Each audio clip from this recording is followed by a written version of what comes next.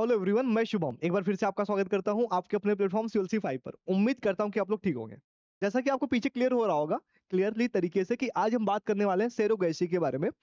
Surrogacy जो हाल में एक नया आर्टिकल बना हुआ है द हिंदू में 2 से 3 बार आ चुका है। नवंबर की बात किया जाए या अक्टूबर में बात किया जाए, इसके बारे में क्यों बात हो रही है, आपके यूपीएससी के लिए क्या इंपॉर्टेंट है और साथ में आगे की वे क्या हो सकता है, क्वेश्चन कैसे बन सकते हैं, आपको हर एक पक्ष में आप बताने वाला हूँ। साथ में मैं आपको ये भी बताऊंगा जब सिरोगेसी एक्ट आया था उसमें क्या प्रावधान था, अपने कॉन्स्टिट्यूशन में क्या चीजें हैं और क्यों ये सही है क्यों गलत है, सिरोगेट माँ कौन कौन बन सकती है कौन नहीं, मतलब सारा का सारा चीज आपको बताने वाला हूँ। एक बार आप यहाँ से पढ़ लीजिए, इसके बाद आपको सिरोगेसी के बारे में कभी भी कोई भी डाउट नहीं होगा।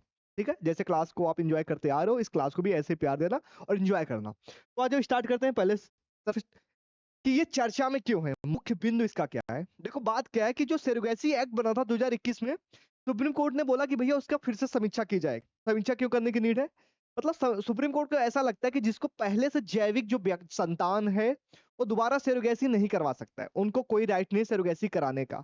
लेकिन मुद्दा इस बात का उठता है कि भैया हमारे पास जैविक संतान है, किसी कारणवश दूसरा बेबी नहीं हो सकता है, तो क्या ऐसे केस में हम सेरोगेसी क्यों नहीं करवा सकते हैं। कानून के नजर में फिर हम बराबर कैसे हुए, आर्टिकल 14 का यूज कहाँ यहाँ पे हो रहा है, नहीं हो रहा है, क्योंकि जिसका बच्चा नहीं आप उसको तो हाँ बोल रहे हो और हम 2 बेबी चाहते हैं तो आप क्यों मना कर रहे हो। एक तो बात ये हो गई। दूसरी बात राइट टू लाइफ को लेकर के है, राइट टू प्राइवेसी को लेकर के जो आर्टिकल 21 में होके गुजरता है। और साथ में लोगों को ये भी तर्क है ना, ये लोग ये कह रहे हैं कि भैया जो सुप्रीम कोर्ट है ना, जो सरकार है हमारे परिवार के नियोजन में भी हस्तक्षेप कर रही है।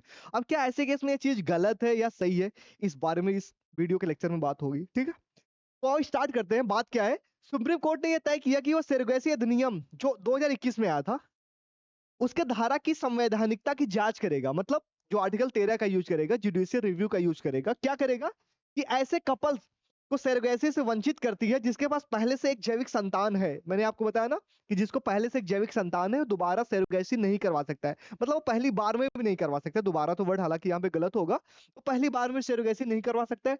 क्यों नहीं करवा सकता, क्योंकि उसके पहले से जैविक संतान है। सवाल यहीं पे उठता है कि किसी को मेडिकल वश या किसी भी बायोलॉजी कोई दिक्कत वश उसको दूसरा बेबी नहीं हो सकता है, तो ऐसे केस में क्या सेरोगेसी कराना गलत है। यहाँ पे आर्टिकल 14 कैसे यूज नहीं हो रहा है, अगर कानून की समझ में हर कोई बराबर है तो यहाँ पे बराबर कहाँ पे है, ये तो बराबर दिख नहीं रहा है। तो इसी के बारे में बात हो रही है। और ये मामला प्रजनन के अधिकार से होकर गुजरता है, निजता के अधिकार को होकर जुड़ता है, जो आर्टिकल 21 के अंतर्गत है। और ये आपके मेंस के पॉइंट ऑफ व्यू के यूपीएससी के लिए, चाहे आप यूपीपीसीएस का एग्जाम दे रहे हो, बहुत ज्यादा यूजफुल है। ठीक है, तो बात किया जाए आगे, पृष्ठभूमि क्या, बैकग्राउंड क्या है, कपल्स क्या कह रहे हैं, याचिका उन्होंने क्यों दायर किया है। वो ये कह रहे हैं कि वो चिकित्सीय कारणों से दूसरा बच्चा जन्म नहीं दे सकते, परंतु कानून उन्हें surrogacy से वंचित करता है क्योंकि उनके पास पहले से एक बच्चा है। देखो मामला यहीं पे अटक रहा है कि वो कह रहे हैं कि भैया चिकित्सीय कोई रीजन है जिसके कारण दूसरा बेबी नहीं हो सकता है, पर सुप्रीम कोर्ट मना करता है। मना इसलिए करता है कि पहले से जैविक बच्चा है तो आप दूसरी बार में surrogacy नहीं करा सकते हो। तो ठीक है, दैट्स क्लियर। आगे क्या है, आगे कह रहे हैं जो याचिका करता है उनका तर्क क्या, वो कहना क्या चाह रहे हैं कि यह कानून मनमाना है, यह व्यक्तिगत स्वतंत्रता और पारिवारिक निर्णयों में दखल देता है। जो मैंने आपको बताया कि जो आपका आर्टिकल 21 है उसका यहाँ पे हनन हो रहा है, हालांकि ये गलत है। और ये पारिवारिक ये मामलों में कैसे दखल दे सकता है, दखल तो देना नहीं चाहिए इसको, इस चीज को लेकर के, तो ये है। और सरकार का पक्ष क्या है, सरकार ये आपसे कह रही है कि जब उन्होंने कानून बनाया था कि देखो यार बहुत गरीब वर्ग के लोग हैं, वो पैसे के लिए कभी कभी कुछ भी कर सकते हैं, कुछ भी का मतलब कुछ भी। तो दैट केस में क्या होता है कि ये एक व्यापार बन जाएगा। सपोज करो कि ऐसा हो कि कोई एक एजेंट हो, वो किसी को महिला को पकड़े, बोले मैं आपको 20 लाख रुपए दूंगा, एक बेबी चाहिए, और आपसे कितने ले, 30 लाख रुपए ले, ऐसे में व्यापार बन जाएगा। 10 लाख का प्रॉफिट यहाँ पे हुआ, तो ऐसे करके क्या करेंगे कि लोग व्यापार करने लग जाएंगे। तो सुप्रीम कोर्ट का यही तर्क है कि भैया ये चीज गलत है, नहीं होनी चाहिए, कि अगर एक बार हो गया दूसरी बार बेबी नहीं होना चाहिए। That's clear. और महिलाओं का इससे शोषण भी बढ़ेगा। ठीक है, तो सुप्रीम कोर्ट का यही तर्क है। देखो जो मैंने आपको बताया, ये व्यवसायिक सेरोगेसी हो सकती है, महिलाओं का शोषण भी इससे बढ़ सकता है, इसलिए इसको रोकने के लिए ऐसा प्रावधान किया गया है। ठीक है, ये चीज क्लियर है। अब आगे आ जाओ। अब इससे संबंधित कानून क्या है, सेरोगेसी से संबंधित कानून एक तो है जो मैंने आपको बताया, सेरोगेसी रेगुलेशन एक्ट जो 2021 में आया। और दूसरा अगर मैं संवैधानिक की बात करूं, आर्टिकल 14 और 21 से होकर गुजरता है। जो कानून की समझ से एक समता वाली बात आ जाती है और आर्टिकल 21 भी बात आ जाती है। आर्टिकल 21 क्या है, जीवन और व्यक्तिगत स्वतंत्रता के अधिकार से बात होती है। जो प्रजनन का अधिकार, ये भी आर्टिकल 21 के अंतर्गत आता है। आर्टिकल 21 बहुत वास्ट है, बहुत बड़ा है। ठीक है, ये चीज क्लियर है खूब अच्छे से। तो आगे आ जाऊं अगले क्वेश्चन की तरफ कि अगला लाइन क्या कह रहा है। अब बात आती है कि सरोगेसी है क्या? सरोगेसी का एक्ट क्या है? सरोगेसी कहता क्या है? कब बनाया गया? आपसे क्वेश्चन पूछा जा सकता है, सरोगेसी एक्ट कब आया? लागू कब किया गया? और कहाँ-कहाँ क्षेत्रों में लागू होता है? सरोगेट माँ कौन बन सकते हैं? और कौन-कौन सरोगेसी करवा सकते हैं? सारी चीजें इसके कानून में स्पष्ट लिखा हुआ है। तो आओ उसको एक-एक करके पढ़ते हैं। सबसे पहले पढ़ते हैं कि लागू कब किया गया? अगर लागू की बात आएगी तो 25 दिसंबर 2021, ठीक है? ये चीज क्लियर है? 25 दिसंबर 2021 को। और अगर आपसे कहा जाए कि कहाँ-कहाँ पे हो सकता है, कि भैया जम्मू कश्मीर को छोड़कर भारत के संपूर्ण क्षेत्र में हो सकता है। कि जम्मू कश्मीर में अप्लाई नहीं होता है, जम्मू कश्मीर को क्रॉस कर लेना। क्वेश्चन ये भी बन सकता है कि क्या सरोगेसी पूरे देश के लिए है? तो ऐसा कुछ भी नहीं है। सरोगेसी कहाँ का छोड़ करके? जम्मू कश्मीर को छोड़ करके है। ठीक है? तो ये चीज हो गया। अच्छा, अब आगे चलते हैं।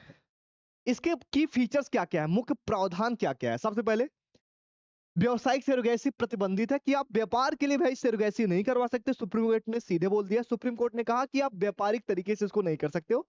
और जो सरोगेसी होना चाहिए, निस्वार्थ होना चाहिए, पैसे का लेन देन नहीं होना चाहिए। और इसमें कौन कौन करवा सकता है? एलिजिबिलिटी की बात किया जाए, पात्रता क्या क्या है इसकी? सबसे पहली बात है, इंडियंस होने चाहिए, एनआरआई नहीं होना चाहिए। ठीक है? क्वेश्चन ये भी पूछ सकता है कि एनआरआई भी लाभ ले सकते हैं? बिल्कुल नहीं, केवल इंडियंस। ठीक है? भारतीय दंपति, अगर मैं आपसे एज की बात करूं, एज की बात किया जाए, अगर पुरुष की आयु कितनी होनी चाहिए? 25 से 55 साल के बीच में होना चाहिए। महिला की आयु 23 साल से 50 वर्ष के बीच में होना चाहिए। ठीक है, चीज क्लियर है? और इसमें सरोगेट माँ कौन कौन हो सकती है? केवल रिलेटिव ही हो सकती है, जो निकट में बहुत क्लोज हो और उनका विवाह हो रखा हो, उनका एक पहले से कोई बच्चा भी हो, उनका खुद का संतान भी होना चाहिए, और साथ में उनकी आयु 25 से 35 साल के बीच में होना चाहिए। ठीक है? स्वयं का संतान होना चाहिए, विवाह होना चाहिए, और साथ में कौन होना चाहिए? निकट संबंधी भी होना चाहिए। और यह केवल चिकित्सीय कारणों के आधार पर ही मान्यता दी जा सकती है कि आप सरोगेसी करवा सकते हो। बहुत सारे प्रावधान है, हालांकि हमेशा हर चीज का एक लूप होल होता है। तो यहाँ पे लूप होल है, ये केवल कागजों में है, रियलिटी में ऐसा नहीं है। रियलिटी में लोग किसी से भी अपना सरोगेसी करवा लेते हैं। That's clear? आगे चलूं? अब अगला देखो, इसके लिए बोर्ड भी बनाए गए हैं, राज्य के स्तर भी बनाए गए हैं, राष्ट्रीय स्तर भी बनाए गए हैं। और चिकित्सा जो भी सेरोगेसी के क्लिनिक है, उनके लिए भी क्या होता है? पंजीकरण करना अनिवार्य होता है।